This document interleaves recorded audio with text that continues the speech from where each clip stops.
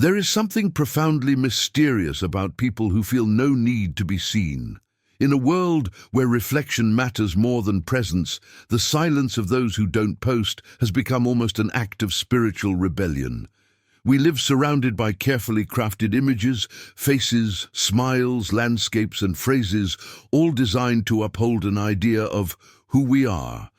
But as Alan Watts once said, we do not come into this world, we come out of it. And perhaps those who choose anonymity quietly remind us of this forgotten truth. There is no self separate from the whole.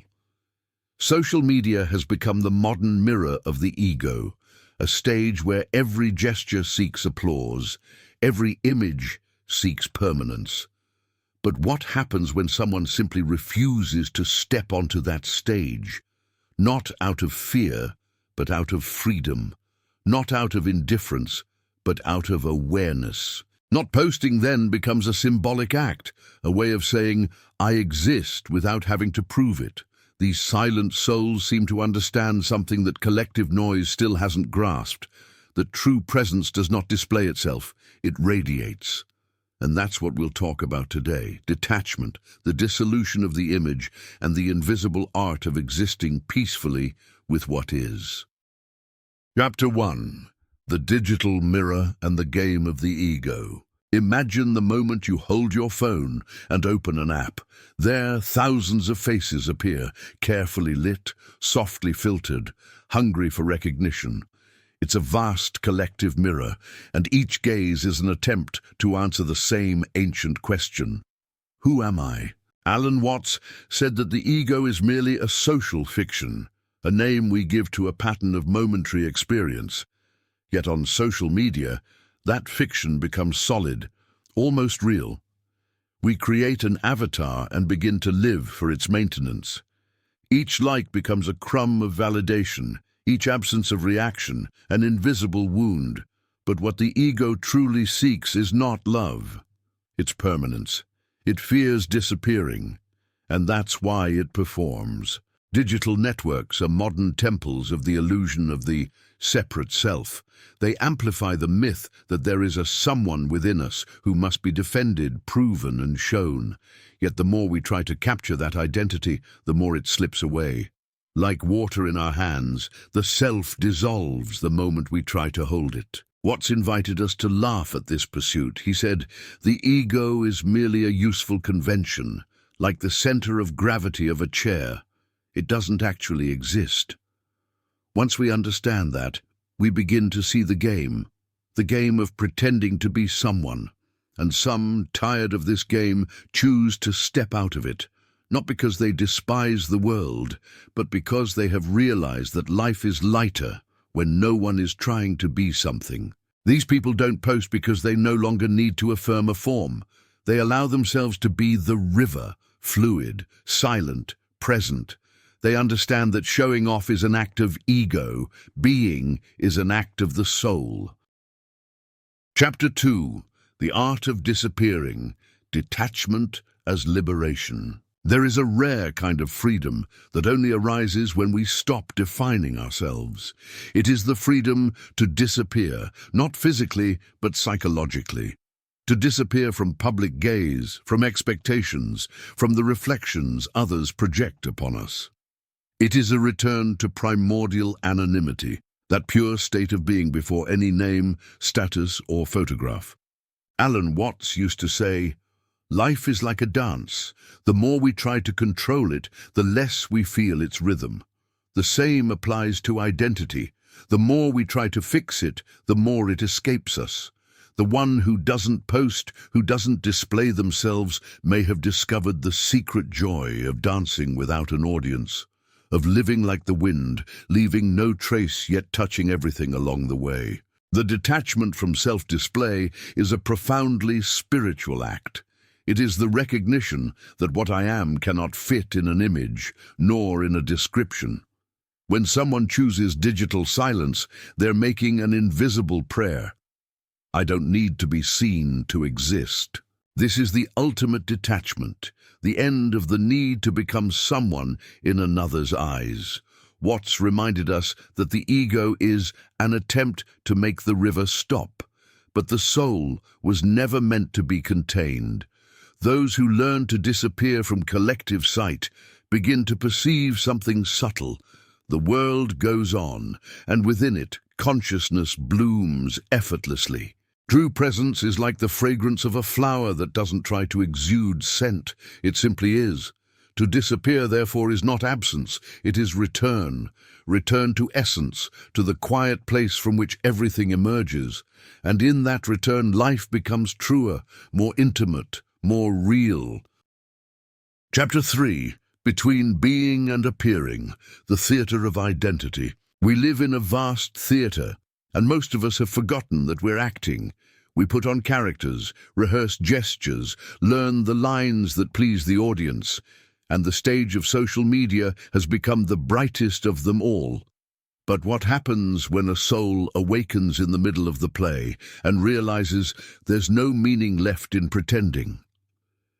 Alan Watts said the mistake lies in believing that the mask is the face. The problem is not wearing masks.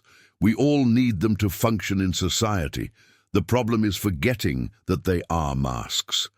Those who don't post or do so with rare naturalness seem to intuit this secret. It's not necessary to be seen to be real. There's a profound difference between being and appearing. Appearing seeks approval. Being seeks harmony. Appearing is restless, insecure, insatiable. Being is quiet, complete, and self-evident. While the ego wants to stand out, consciousness simply wants to participate. The former isolates itself in the showcase. The latter dissolves into the whole. When we free ourselves from the need to appear, we rediscover the joy of simply existing. Watts said, "Life is like music. The point is not to reach the end, but to dance while it's playing."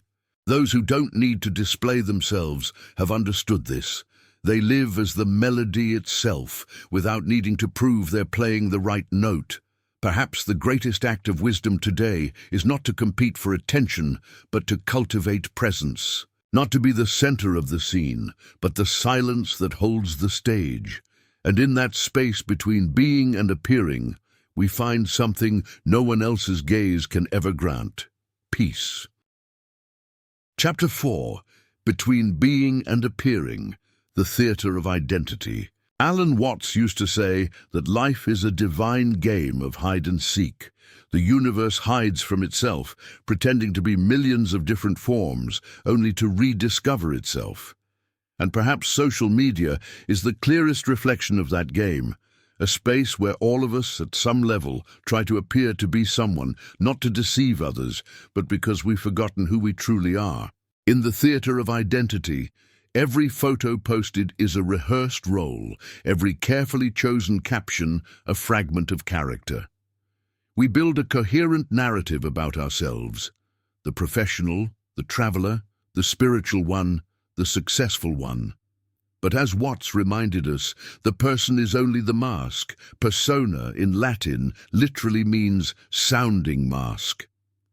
The problem arises when we mistake the mask for the soul. Those who withdraw from this game, who choose not to take part in the spectacle, are not running away. They are remembering that the true self cannot be photographed or captured in words. It is the silent space between one thought and the next, between one breath and another. It is what observes everything but cannot be observed. There is an indescribable freedom in not needing to perform, in being able to exist without captions, without angles, without performance.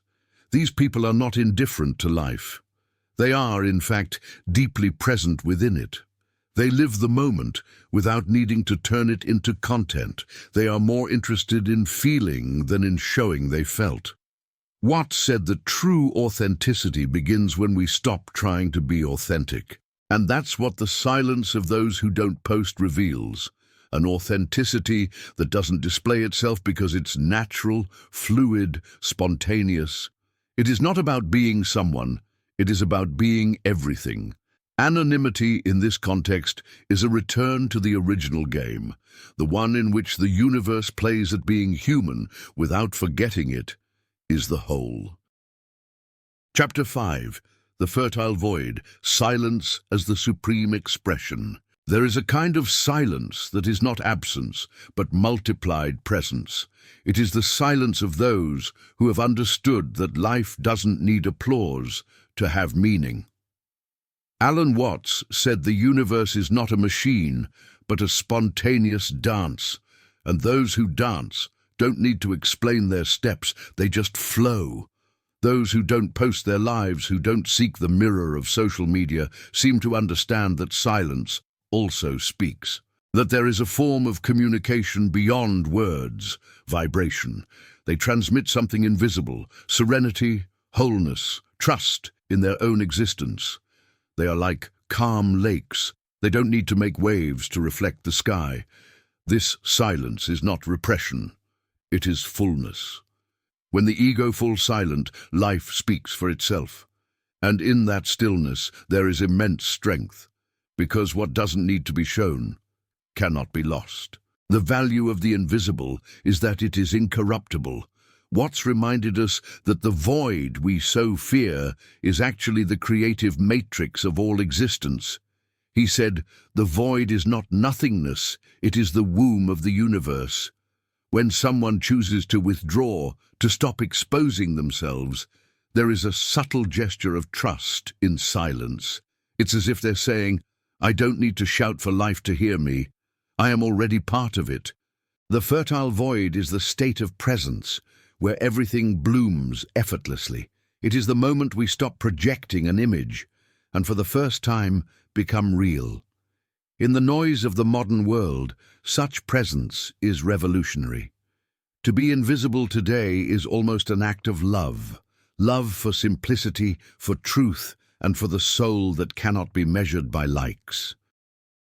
Chapter 6. The Dance of Detachment, Dwelling in the Present Without Needing to be Seen. Alan Watts said that life is like music. Its value lies in being played, not displayed.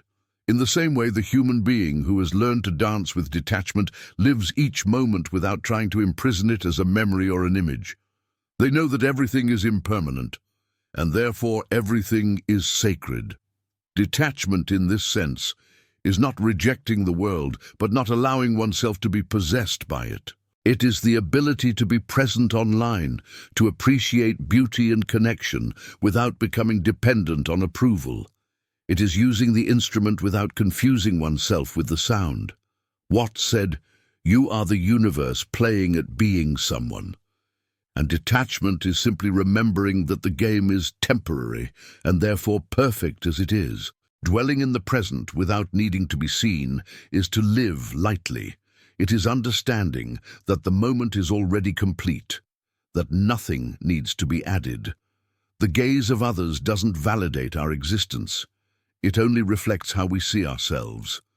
When we release that need, life becomes art again, unpredictable, rhythmic, alive. This state of detachment arises from the awareness that we are not fixed entities, but processes. We are like fire. We exist only while we burn, and it is precisely because we are impermanent that we are real. Those who don't post, who choose silence, may have understood this simplicity, the pleasure of being without having to prove. Watts said that the secret of freedom lies in letting life happen instead of trying to control it.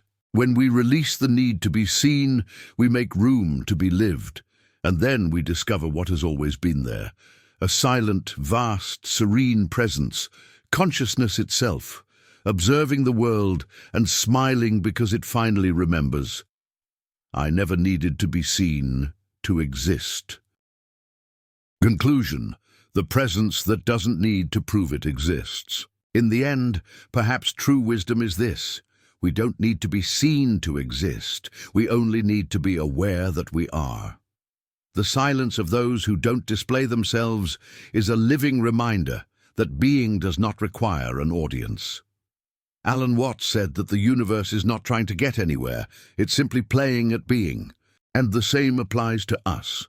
Authentic presence doesn't assert itself, it emanates, it expresses itself in a calm gaze, in an attentive gesture, in the breath that flows in harmony with the moment.